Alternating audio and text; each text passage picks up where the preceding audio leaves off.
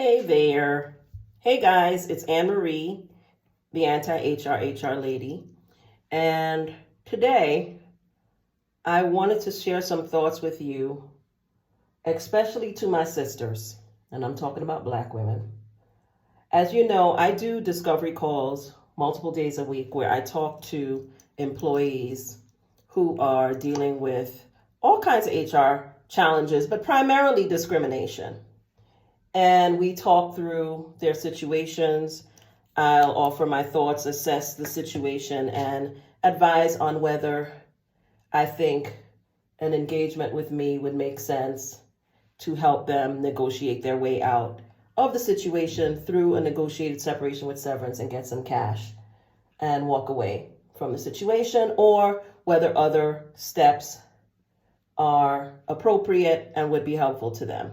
And, sometimes people come to me with other issues related to HR, and I help them with those issues as well. But in terms of when I'm talking to people about discrimination, one of the things that I've been hearing, I've heard it from the very beginning, but I've been hearing it a lot lately, and I don't know if it's because of the economic climate or what they want you to believe the economic climate is, because I believe none of these things are accidental. After COVID, it was very clear that the capitalists got together and colluded to do things to scare people into coming back into the office, including laying people off.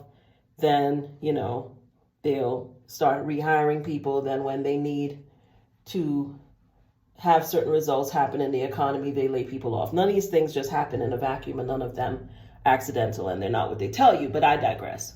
But one of the things I noticed, I'm noticing a lot in conversations I'm having with Black women primarily, is they'll come to me, they'll talk to me about how horrible their work environment is, how challenging it is, all the problems they're having, the mistreatment, the disrespect, so on. And then they'll say to me, I'd really like some advice about how to deal with this situation because, but I don't want to leave. I'm not going to let them push me out. I'm not going to let them drive me out of there. And I just want to tell y'all, the whole I'm going to stay and fight ain't the flex that you think it is. It's really not. And it serves nobody but your employer.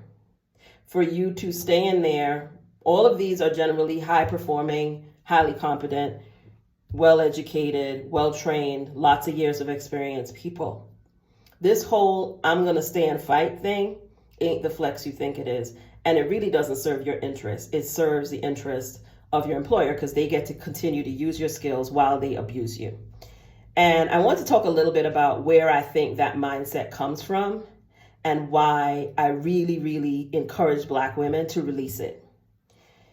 As Black people, and this is all Black people, Black Americans primarily in the United States, we are programmed to be servants. We are descendants, all of us, unless we came directly from the African continent, are descendants of slaves, right, that were stolen and brought into the Americas, not just the United States, but the Americas, the Caribbean, and we were just dropped off in different places thanks to the transatlantic slave trade.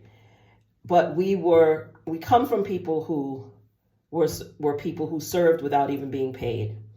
And over time, despite the fight for civil rights, which is a constant and ongoing battle because we're in the midst of American society actively seeking to roll back the rights of everyone, but especially Black people in the United States. But it's important to understand that just like I believe, in my opinion, that white Americans and white Europeans, all of them, lack empathy, and that it is central to why our society is the way that it is, and that it is handed down from generation after generation. Because honestly, if you had empathy, real empathy, you couldn't live in a society that operates the way the United States does. You wouldn't be able to live with it. It wouldn't be okay with you. White people have been, over generations, convinced that they should be at the top of the food chain, that they belong there, that it's their right to be there, and no one should challenge it. Even the ones that believe themselves to be liberal and allies and all these other things and progressive, at the end of the day, it has been internalized. And when they get challenged personally, it always comes out, right? Their white supremacy beliefs always come out, right? So just like that is epigenetic, in my opinion, I believe our internalized trauma has resulted in us preferring to be in the position of servant, and that we've been trained that that's what we're supposed to be, even in positions of leadership. And I'm speaking from experience, right? And it's something that we have to recognize and literally intentionally untrain ourselves from. And so a lot of that to me shows up in, I'm gonna be the hardest worker, I'm gonna do all the work, it doesn't matter how much work they give to me, I'm gonna keep doing it, I'm gonna show them that I'm worthy, I'm gonna show them that I deserve to be here. And we've been taught that also by our parents, that we have to be better, faster, smarter, stronger. And when we are, they hate us for it, especially in corporate environments. They actually don't laud you for it. They feel threatened by it, and they seek to bring you down a peg and to punish you for it. So a lot of us, after being taught that you have to be, twice as good to get half as much, which I beg us to stop teaching our kids, but also that we have to be the hardest worker. We have to, constantly be on a mission to show that we deserve, right? We deserve to be treated by equal human beings, something that we deserve by birthright. We have been programmed and taught that we have to be the best, we have to work the hardest. And so we get into these situations and we think if we work a little harder, we fight a little bit more, they'll come around and realize that they shouldn't treat me this way, that I don't deserve this. And I want you to understand, right, that that's not ever going to be the case. And when you decide that you're going to stay and quote unquote fight for your position, to stay in your position, it's not proving anything to them. And when they're ready to get rid of you, they will, right? Because most employers are in employment at will states in the United States, right? Which means they can fire anyone for any reason, and you as an employee can leave for any reason if that's what you want to do. The only caveat to that is that they can't do it for discriminatory reasons. So if you can prove that they're trying to fire you for discriminatory reasons, you can push back on them trying to fire you. But you need to understand that one of the things that employers do, especially if you raise your hand and complain, is they start strategizing in the background about how to get rid of you. And it's just a matter of time before they're going to do it. So when you're sitting up there talking about, I'm going to stay and fight, they're sitting up there talking about, we're going to have her out of here in 6 months. But we have to be careful because we don't want to get sued. And these are the conversations that happen in HR. Don't think that they don't know what they're doing, right? Most of the time they do, in fact, know.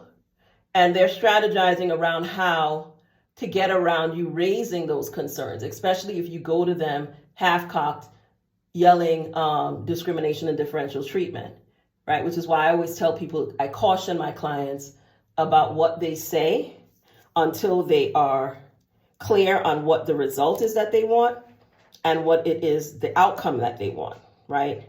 That you don't go to HR and you don't complain and you don't say discrimination until you're very clear, I'm going to leave this job and here's how I'm going to go about doing this.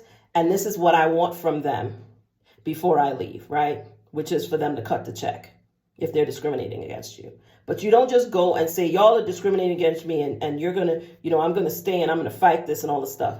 You don't even tell people what you're thinking. If you want to be successful strategically, you don't say what you're thinking until your strategy is in place, and saying what you're thinking is actually a part of the execution of your strategy. But this idea that you just stay and fight tooth and nail for your job, to me, is nonsensical. And it's part of the mentality of trying to prove to them that you deserve to be there, as well as the idea that their approval is important, right? And for all the reasons, people give me all kinds of reasons why they're going to hang in and stay and fight and whatever. But at the end of the day, that's really what it comes down to. A desire to prove that they deserve to be there, but you don't have anything to prove. The only thing you need to be able to prove is that they discriminated against you, so you can make them cut that check before you walk out the door. But proving your worth is a fool's errand in these environments because they know and they don't care. That's why they're doing the things that they're doing. So this idea that you have to keep proving your value and your credentials, and if you work harder, if you do this or you do that, then what is happening to you is going to stop. It doesn't happen that way.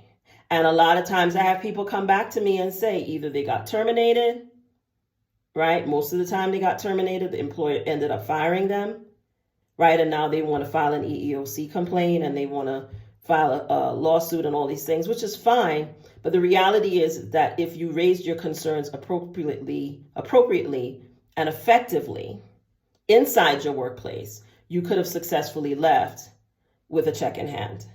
So I would really encourage us, especially us Black women, but employees, to stop this whole I'ma stay and fight thing. It's not the flex you think it is.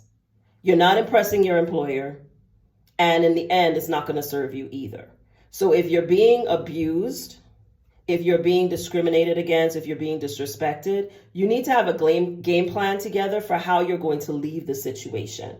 And leave it on your terms with your head held high, not dig in and be like, I'm just going to stay and fight because I'm not going to let them do this and this isn't right. No, it's not right.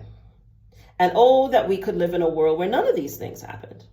But the reality is that they do happen. They happen all the time if you're Black, especially if you're a Black woman. Because we are, in the words of Zora Neale Hurston, the mules of this society. And they will work you till you drop if you let them. So instead of staying and fighting to stay in a place that doesn't want you and doesn't respect you and is mistreating you, right?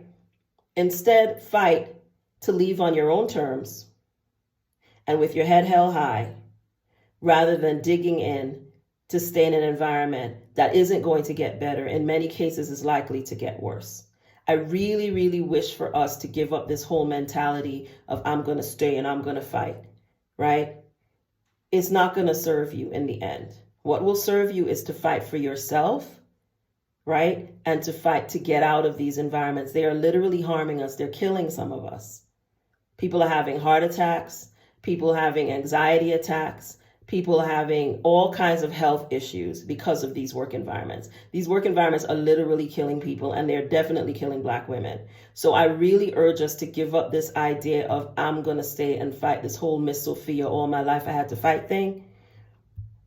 I personally don't think that works well in personal situations either. Someone's mistreating you and showing you they don't respect you. What you fighting on and hold on to them for? Why would you fight to hold on to someone that doesn't respect you and clearly doesn't like you or want you around? The same thing applies to workplaces. Don't stay and fight to be in a work environment where people don't like you. And people talk about their retirement and all those things. You can roll your retirement plan to a new job, right? You can find another job. This scarcity mindset that we have also been programmed to believe in, not just Black women, but Americans. And these capitalists just sit in the background and they push the buttons and we dance like puppets, right? But the reality is that their system can't work without us. Even with all the AI and everything that they're introducing, because they want to really not pay you anything, right? But the system can't work without workers. Capitalism doesn't work without workers. And so you are integral to the system. You are important to the system. And as much as they may try to convince you that you're not, you still are. And there are other jobs. Use that energy, that I'm going to stay and fight energy, to find another job if that's what you want to do. And use that energy to create the strategy needed to get your employer to pay you to leave. But don't use it to dig in and stay in an environment that doesn't want you there and that is actively harming you. So I really hope these words resonate with somebody, because I keep hearing this from people and I really want them to stop with this. I'm going to stay and fight. Don't stay and fight. Fight to leave. This is Anne Marie, the anti-HR lady. HR is not your enemy, but they're definitely not your friend, but I am. I'll see you in the next video. Bye.